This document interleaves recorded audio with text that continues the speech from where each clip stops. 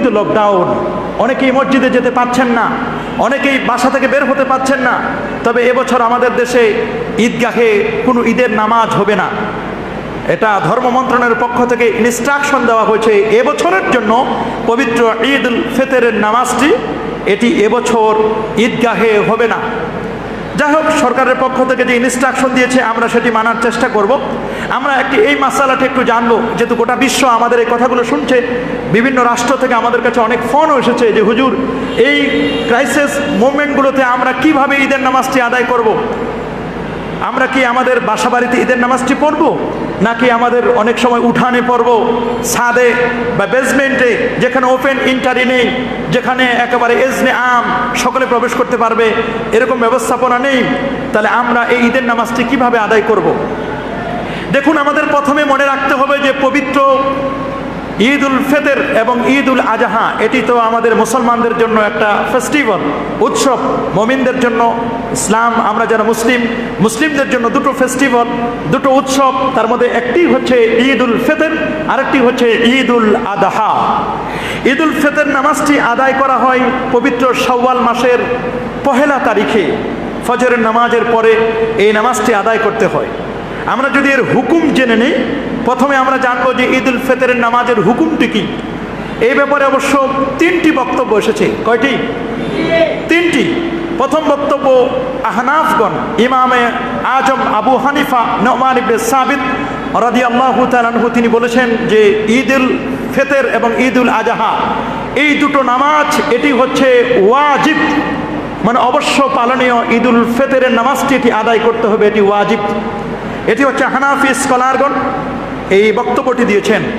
দ্বিতীয় যে বক্তব্যটি সেটি হচ্ছে ইমাম মালিক রহমতুল্লাহ আলাই এবং ইমাম শাফি রহমতুল্লাহ আলাই, এই দুজনের বক্তব্য হচ্ছে পবিত্র ঈদ উল ফিতরের নামাজ এটি হচ্ছে সুন্নাতে মুআক্কাদা। তার মানে এটি এমন একটি সুন্নাত যেটি অবশ্য পালনীয় সুন্নাত। আর জগৎ বিখ্যাত আরও একজন ইমাম আহমদ বিন হাম্বল রহমতুল্লাহ আলাই, যিনি 12.5 লক্ষ হাদিসের পণ্ডিত ছিলেন, 99 বার যিনি আল্লাহকে স্বপ্নে দেখেছিলেন, সেই ইমাম আহমদ বিন হাম্বল তিনি বলে দিয়েছেন যে ঈদ উল ফিতরের নামাজটি এটি হচ্ছে ফরজে কিফায়া। পুরো একটি এলাকা, পুরো একটি শহর থেকে, একটি গ্রাম থেকে যদি কিছু মানুষ পবিত্র ঈদ উল ফিতরের নামাজটি আদায় করে নেয়, তাহলে সবার পক্ষ থেকে এটি আদায় হয়ে যাবে। তবে আমরা এই বাংলাদেশের যেহেতু অধিকাংশ মানুষ, আমরা যেহেতু হানাফি মাযহাবের ফলোয়ার্স, হানাফি মাযহাবের অনুসারী, পবিত্র ঈদ উল ফিতরের নামাজটি এটি হচ্ছে ওয়াজিব নামাজ। কি নামাজ? এটি আমাদের পড়তে হবে। এটি স্বাভাবিক পরিস্থিতির কথা আমরা বলছি। হ্যাঁ, এর পিছনে যে এভিডেন্স, এর পিছনে যে দলিলগুলো, সেটি হচ্ছে আল্লাহ সুবহানাহু ওয়া তাআলা সূরাতুল কাউসারের মধ্যে বলে দিয়েছেন, ফাসাল্লি লিরাব্বিকা ওয়ানহার। ফাসাল্লি লিরাব্বিক, আপনি আপনার রবের জন্য নামাজ আদায় করুন। ইবনে আব্বাস রাদিয়াল্লাহু তাআলা সহ অসংখ্য মুফাসসির বলেছেন এই নামাজ দ্বারা মূলত ঈদ উল আজহার নামাজকে বোঝানো হয়েছে। তাহলে ঈদ উল আজহা এবং ঈদ উল ফিতর এই নামাজগুলো হচ্ছে ওয়াজিব। ওয়ানহার, আর নামাজের পরে দেন আপনি কুরবানি করবেন। নামাজের আগে কুরবানি নয়, নামাজের পরে হচ্ছে কুরবানি। একটি আয়াত দ্বারা প্রমাণিত যে ঈদ উল ফিতর, ঈদ উল আজহার নামাজ এটি হচ্ছে ওয়াজিব। আর আরেকটি আয়াত ওয়ালি তুকাব্বিরুল্লাহ আলা মা হাদাকুম, এখানে তাকবীরের কথা বলা হচ্ছে এই আয়াতে কারিমা দ্বারাও। কেউ কেউ বলেছেন পবিত্র ঈদ উল ফিতরের নামাজ এটি হচ্ছে ওয়াজিব নামাজ।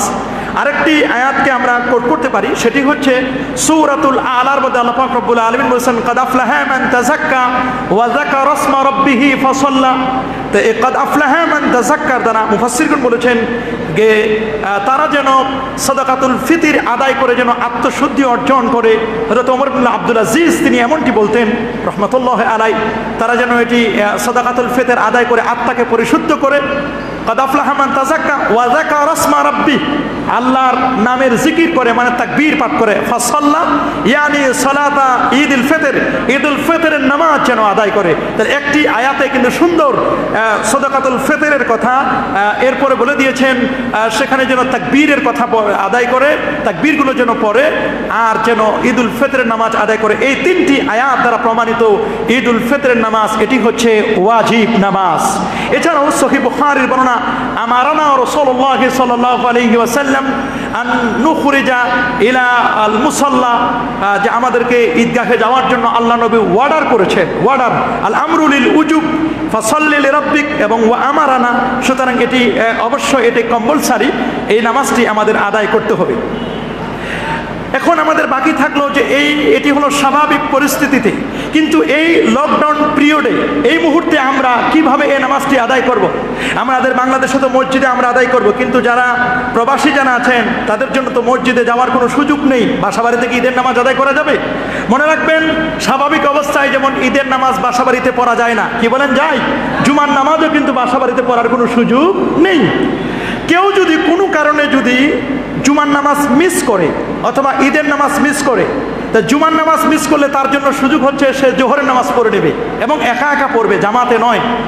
কেউ যদি ঈদের নামাজ কোনো একটি কারণে, ঘুমের কারণে হোক অথবা কোনো ব্যস্ততার কারণে হোক, ঈদের নামাজ মিস করেছে, তাহলে ঈদের নামাজ মিস করলে এখানে দুটো মত, বিশেষ করে মেজরিটি স্কলারগণ যে কথাটি বলছেন, জুমহুরুল মুহাদ্দিসিন ওয়াল ফুকাহা, তারা বলেছেন যে এই ঈদের নামাজ যদি কেউ মিস করে তাহলে ঈদের নামাজটি সে তার পরিবারের কাছে গিয়ে, সে বাসায় গিয়ে 2 রাকাত ঈদের নামাজ আদায় করে নেবে, খুতবার কোনো প্রয়োজন নেই। আর ইমামুন আল আজম আবু হানিফা নোমান ইবনে সাবিত রাদিয়াল্লাহু তাআলা বলেন যে ঈদের নামাজ যদি কেউ ফৌত করে, ঈদের নামাজ যদি এটি ছুটে যায়, তাহলে আর ওই ব্যক্তির জন্য ঈদের নামাজ পড়ার কোনো দরকার নেই। বাসায় গিয়ে সে ইচ্ছে করলে চাশতের নামাজ 4 রাকাত আদায় করবে, 2 রাকাত নফল নামাজ আদায় করবে। তাও যদি না পড়ে তাহলে সে তার পড়ার কোনো প্রয়োজনই নেই, ঈদের নামাজটি তার থেকে এমনিতেই উঠে যাবে, এই ওয়াজিবটি তার থেকে সাকেত হয়ে যাবে। তবে যারা বলেছেন জুমহুরুল ফুকাহা, মেজরিটি স্কলাররা যে কথাটি বলেছেন যে হযরত আনাস বিন মালিক রাদিয়াল্লাহু তাআলা তিনি তার জীবনে একবার এরকম তিনি বসরায় থাকতেন, খাদিমুর রাসূল সাল্লাল্লাহু আলাইহি সাল্লাম, এটি সহিহ বুখারীর তালিক সূত্রে একটি হাদিস রয়েছে। সেখানে আনাস বিন মালিক রাদিয়াল্লাহু তাআলা তিনি তার জীবনে বসরায় জীবনের শেষ সময়টুকু তিনি পাস করেছিলেন। তিনি একদিন এরকম ঈদের নামাজ মিস করলেন, তার ফ্যামিলি মেম্বার সহ ঈদের নামাজটি পড়তে পারলেন না।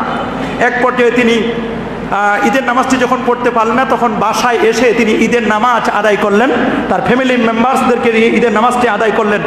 এই হাদিসটি দ্বারা জুমহুরুল মুহাদ্দিসিন ওয়াল ফুকাহা, কেউ কেউ বলেছেন, অন্যান্য স্কলারগণ, জুমহুর স্কলারগণ বলে দিয়েছেন যে কারো যদি জুমার নামাজ ঈদের নামাজটি ফৌত হয়ে যায় তাহলে বাসায় গিয়ে তারা ঈদের নামাজটি আদায় করে নেবেন 6 তাকবীরের সাথে।